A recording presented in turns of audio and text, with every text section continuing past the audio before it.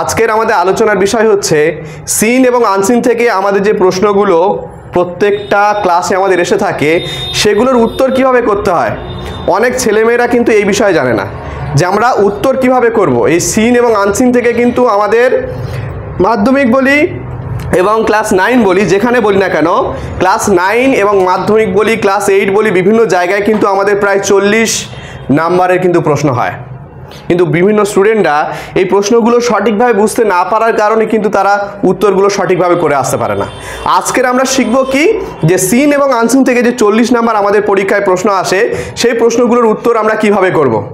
Scene এবং unseen থেকে যে 40 নাম্বার হয় সেই 40 নাম্বারে কিন্তু 5টা স্টেপ ফলো করে সমস্ত প্রশ্ন করা হয়। এর বাইরে কিন্তু কোনো প্রশ্ন হবে না, একদম নিশ্চিত থাকতে পারো। এই 5টা স্টেপের বাইরে কিন্তু কোনো প্রশ্ন হবে না। প্রথম প্রশ্ন কি আসে দেখো, এক দাগের কি আসতে পারে, টিক দ্য কারেক্ট অল্টারনেটিভস।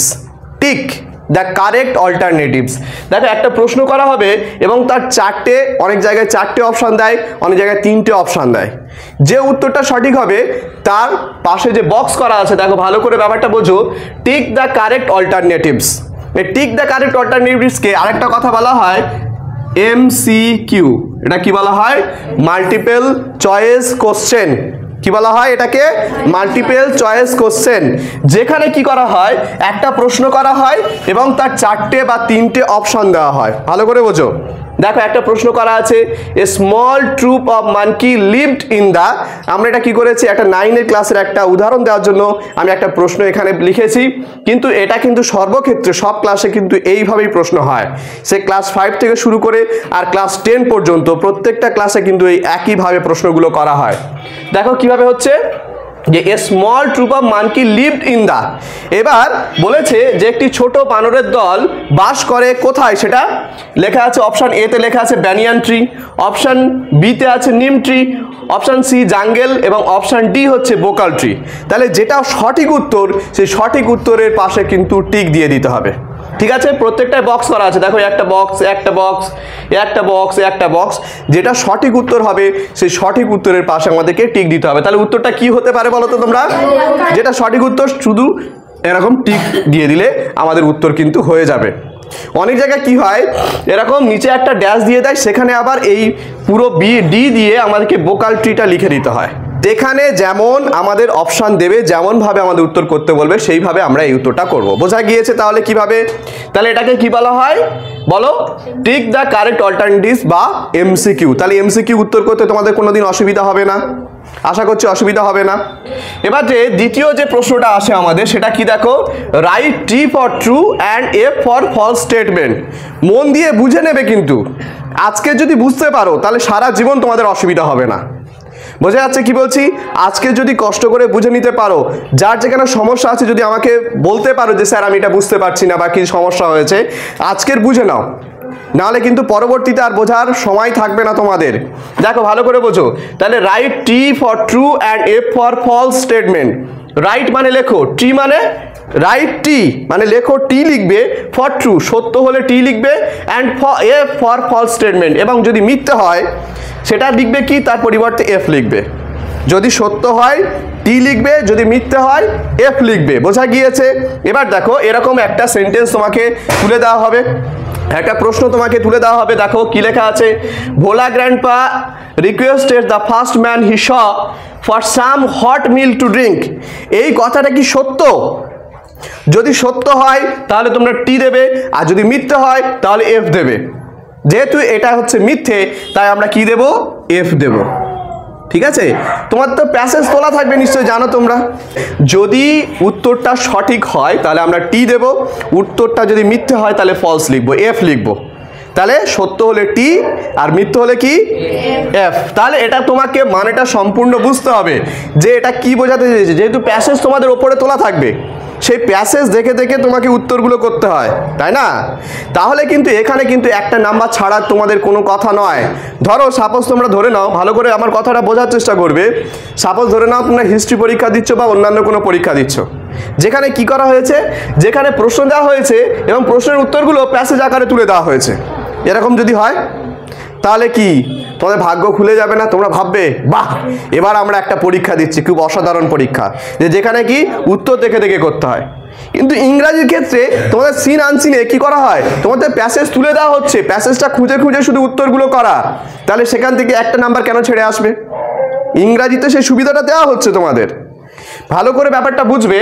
তাহলে এখানে কি হচ্ছে যে এখানে এফ হলে যদি সত্য হয় তাহলে টি দেবে এবং মিথ্যে হলে কি দেবে, এফ দেবে। বোঝা গিয়েছে? এবার যেটা গুরুত্বপূর্ণ জিনিস সেটা হচ্ছে সাপোর্টিং স্টেটমেন্ট।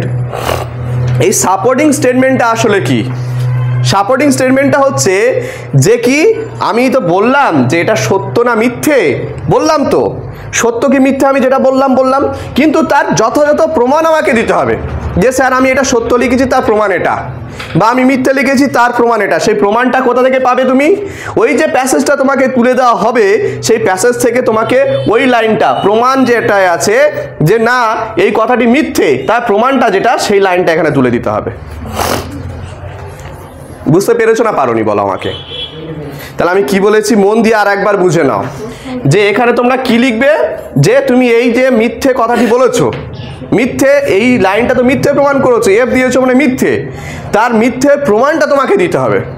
তা প্রমাণ দিতে গেলে কি হবে, তুমি যে লাইনের ভিত্তিতে প্যাসেজের যে লাইনের ভিত্তিতে তুমি জানো যে না এই লাইনটা মিথ্যে, সেই লাইনটা তোমাকে এখানে তুলে দিতে হবে।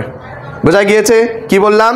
এবার অনেক ক্ষেত্রে কি হয়, এখানে সাপোর্টিং স্টেটমেন্টের বদলে এস এস লেখা থাকতে পারে, এস ডট এস বলে এরকম একটা ড্যাশ দিয়ে দেবে, তখন কিন্তু ঘাবড়ে যাওয়ার কোনো দরকার নেই, ওটার অর্থ হচ্ছে সাপোর্টিং স্টেটমেন্ট, ওই একই জিনিসই লিখতে হবে।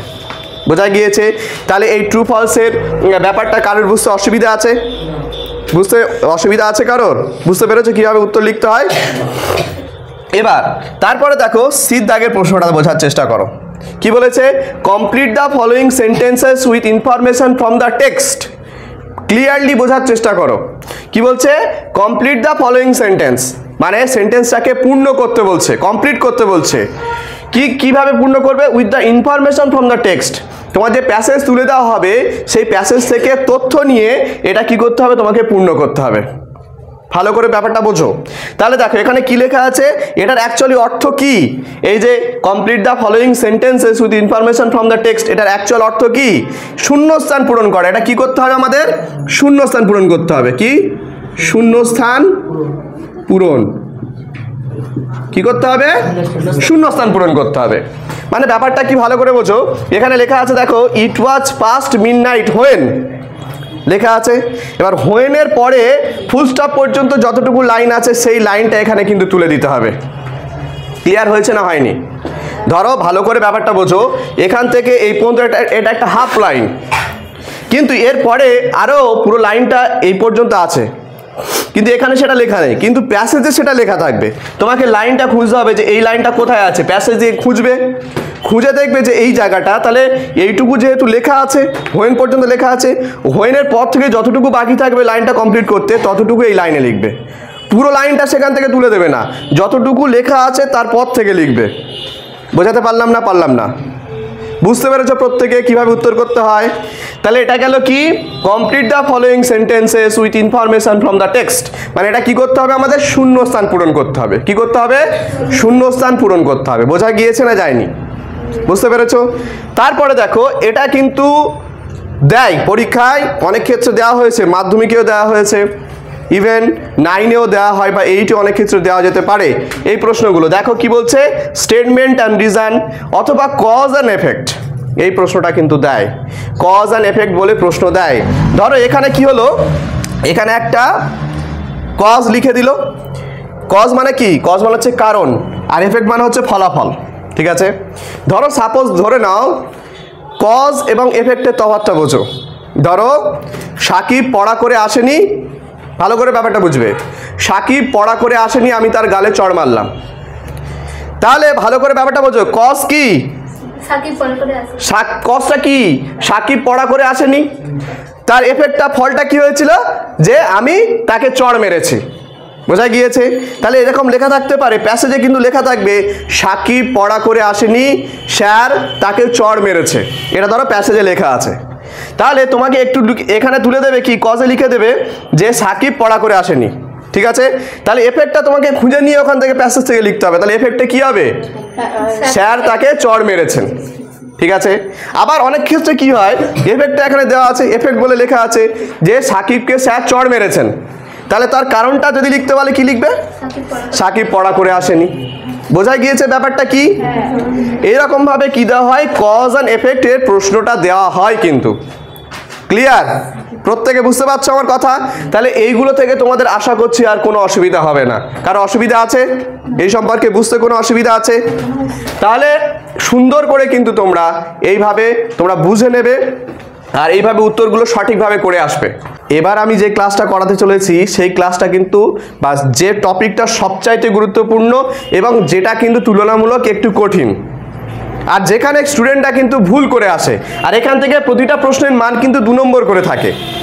স্টেটমেন্ট অ্যান্ড রিজনে যেমন ছিল, write T for true and F for false স্টেটমেন্টে যেমন কি ছিল, এখানে কিন্তু 2 নম্বর ছিল, ঠিক একই রকমভাবে এখানে কিন্তু আমাদের 2 নম্বর থাকে। আর যেখানে কিন্তু প্রশ্ন সঠিকভাবে উত্তর না লেখার কারণে আমরা 0 পাই। বোঝা যাচ্ছে? এখানে আমাদের জানতে হবে উত্তর আমরা কিভাবে লিখব, কিভাবে আমাদের প্রশ্নগুলো আসে। ভালো করে ব্যাপারটা বুঝবে। এখানে কি আনসার দ্য ফলোয়িং কোশ্চেন, এটা কিন্তু আমাদের প্রত্যেক পরীক্ষায় দিয়ে থাকে। ঠিক আছে, সেটা আসতে পারে সিন থেকে, সেটা আসতে পারে আনসিন থেকে, যেখানে আসুক না কেন, সিন আসুক আর আনসিন আসুক, আমরা যদি এগুলো সঠিকভাবে বুঝে নিতে পারি তাহলে কিন্তু আমাদের উত্তর করাটা অনেক সহজ হবে। বোঝা যাচ্ছে কি বলছি? দেখো উত্তর কিভাবে করতে হয়। দেখো আমাদের এই সমস্ত WH ওয়ার্ডগুলো দিয়ে কিন্তু আমাদের সমস্ত প্রশ্ন করা হয়ে থাকে। আমরা অনেকেই কিন্তু এই WH ওয়ার্ডগুলোর মানেই জানি না, আর যদি মানে না জানি তাহলে উত্তর করব কিভাবে, তাই না? যদি আমরা মানে না জানি তাহলে উত্তর করব কিভাবে? আগে অর্থগুলোকে জানতে হবে, তাই না? যে এই WH ওয়ার্ডগুলোর অর্থটা কি। যেমন কি দেখো, হোয়াট মানে কি, হোয়েন মানে কখন, হোয়াই মানে কেন, হোয়ার মানে কোথায়, হুইচ মানে কোনটি, হাউ মানে কিভাবে, হু মানে কে, হুম মানে কাকে, উইথ হুম মানে কার সাথে, হাউ মেনি মানে কতগুলো। আমি আজকে তোমাদের বলে রাখছি এর বাইরে কিন্তু, এই কটার বাইরে কিন্তু আনসার দ্য ফলোয়িং কোশ্চেন হবেই না। এই কটার অর্থ তোমরা যদি সঠিকভাবে বুঝতে পারো তাহলে কিন্তু তোমাদের কোনো অসুবিধা হবে না আশা করছি।